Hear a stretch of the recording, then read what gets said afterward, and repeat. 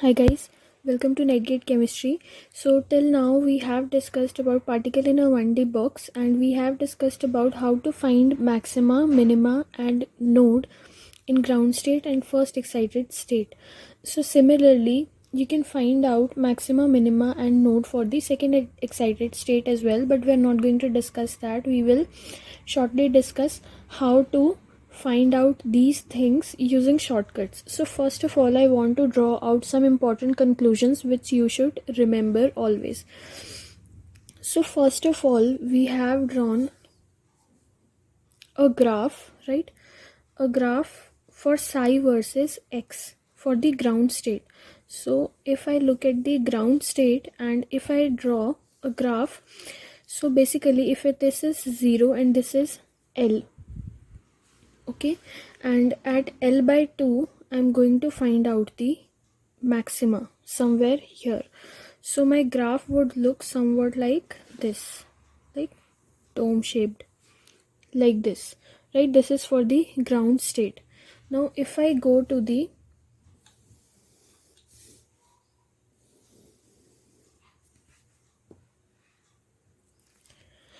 this is psi versus x, okay? On y-axis we are having psi, on this axis we are having x.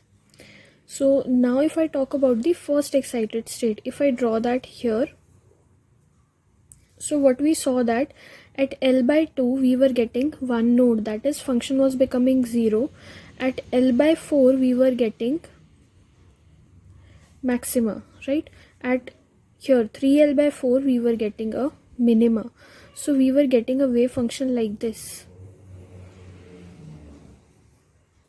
right? This is for the ground state, that is here energy was E is equals to h square by 8 ml square. Here energy is 4h square by 8 ml square. And if we talk about the next excited state, that is second excited state, so in a similar fashion, here you are getting one maxima, one minima. Here you can draw it like this, right? In a similar fashion you will be getting wave functions for the above excited states. Here energy will be equal to 9h square by 8 ml square. So you need not find all the maxima, minima and node. In a similar fashion you can plot for each. So now this was about psi versus x. Now if we want to plot for psi square versus x, so for psi square what happens, this part which is we are getting in negative, that will change into positive 1, okay? We will make its reflection. Also one more thing, this value will increase, okay, because we are getting psi square. So this overall value is going to increase. So if we are going to plot for psi square, so it will be like this for ground state, right? I hope it is visible. It is like this, right?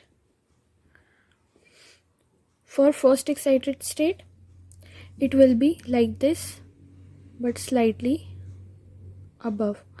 And also because it is psi square, we are not going to get something in negative direction, so it will change into positive 1 and slightly above, okay? Similarly for the next second excited state, it will change like this, okay? And everything we will be getting above and not below, okay? So this is something which I wanted to draw out for you guys. So this you should understand, plot of psi versus x and psi square versus x, right? Now with this, moving on to some more important conclusions. So as we are discussing these wave functions, I think this is a proper time for me to discuss Bohr's correspondence principle. So we are now going to discuss about the Bohr's correspondence principle.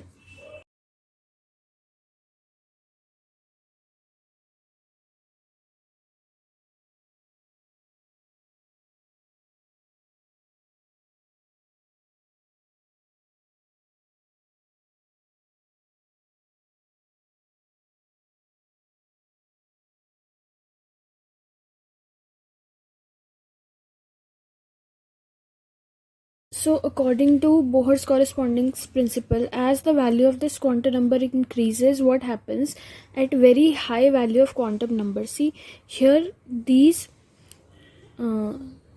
plots are increasing. What you can see here is that the quantum mechanical system, this quantum mechanical system, it is going to merge to classical mechanics. How?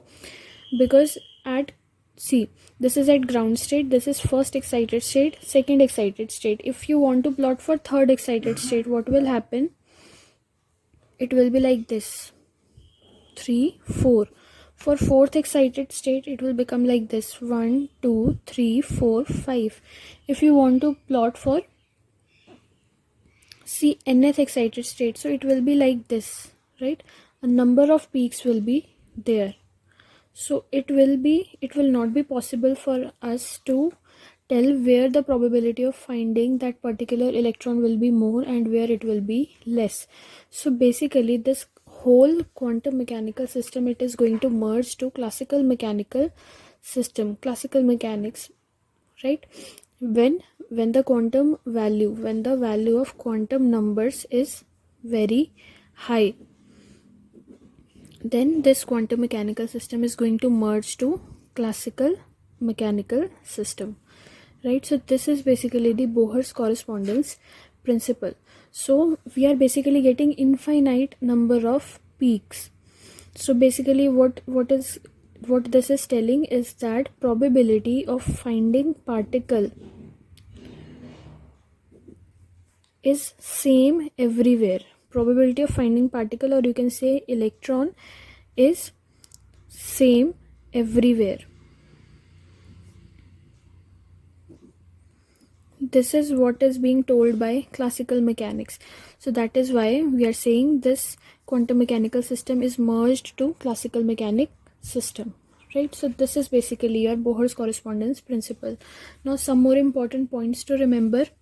First one is, here the number of nodes, if you count, here no node is there, here there is one node, and in this case we have 1 2 nodes, right? This was first excited state, sorry, this was ground state, this was first excited state, this was second excited state.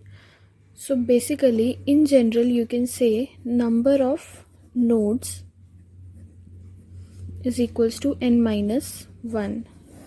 Here you can see this was n is equals to 0, this was n is equals to 1, sorry, this was n is equals to 1, this is 2, this is 3. For n is equals to 1 we were having 0 nodes, right? 1 minus 1, 0 nodes. For n is equals to 2 we were having 1 node, so 2 minus 1, 1 node. Similarly for this one, so number of nodes are going to be equal to n minus 1. One more thing, energy spacing that we have discussed, energy spacing between two energy levels is going to be 2n plus 1 into h square by 8 ml square, right? This is the second thing which you have to remember. Next thing is that psi 1, psi 3, psi 5, so on, that is the odd wave functions, they are going to be symmetric in nature. That you can see by yourself here as well. So if I draw a line here, right, so this one is symmetric, right? This part reflects this part, this is symmetric. And if I look at this one, this is psi 2. So if this is psi 2 and you look at psi, so this is actually anti-symmetric, right? This one is not getting reflected here, but it is also negative of it, so it is anti-symmetric. So psi 2, psi 4, psi 6, so on, all the even wave functions are going to be anti-symmetric, right? So now comes the shortcut part of it. So how to find out the wave function?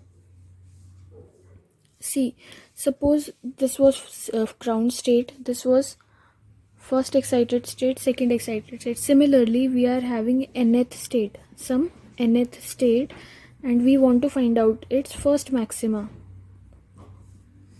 right? So basically, when we want to find out the first maxima,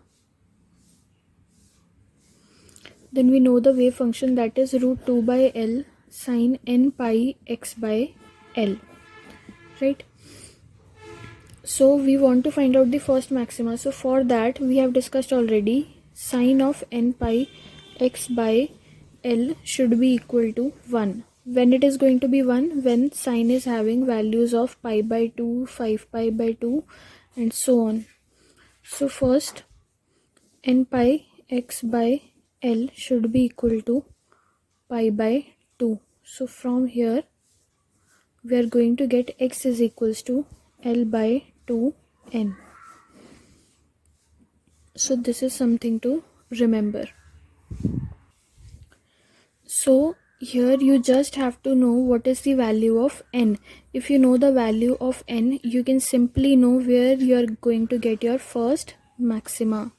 So when you know how to get your first maxima, so you can plot the graph as well, right? So for example, if you look for second excited state, that is n is equals to 3.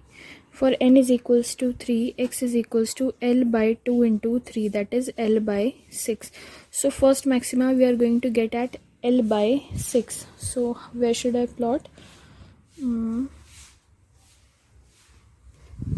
Okay, I'll show you somewhere here. So what you have to do is basically, this is length 0 to L. So you have to make divisions of L by 6, right? L by 6, 2L by 6, 3L by 6, 4L by 6, 5L by 6 and 6L by 6, that is L. So at L by 6 you are getting your first maxima. So here you are going to plot like this, right? This is going to give you a rough estimation as to how your plot is going to look like. So at L by 6 you are getting first maxima. So using that you are going to plot your wave function accordingly, right? So at L by 6 division, at L by 6 distance, you are going to make your scale, right? So L by 6, 2L by 6, 3L by 6, 4L by 6, 5L by 6 and then 6L by 6. At L by 6 you are getting your first maxima, and using that you are going to plot your wave function, right? So this is a little shortcut as well. So I hope till now it is clear to you guys. After this we will move on to the next topic, that is particle in a 2D box. Before that, I'm also going to tell you how to find out the wave function when the lengths are varied. So till now we have discussed from 0 to L length, how to find out the wave function. Suppose the length is from minus L to plus L or 0 to 2L, like that. For that, how the wave function is going to change, that also we will discuss, and then we will discuss particle in a 2D box. So far that's it for this video. Thank you so much for watching.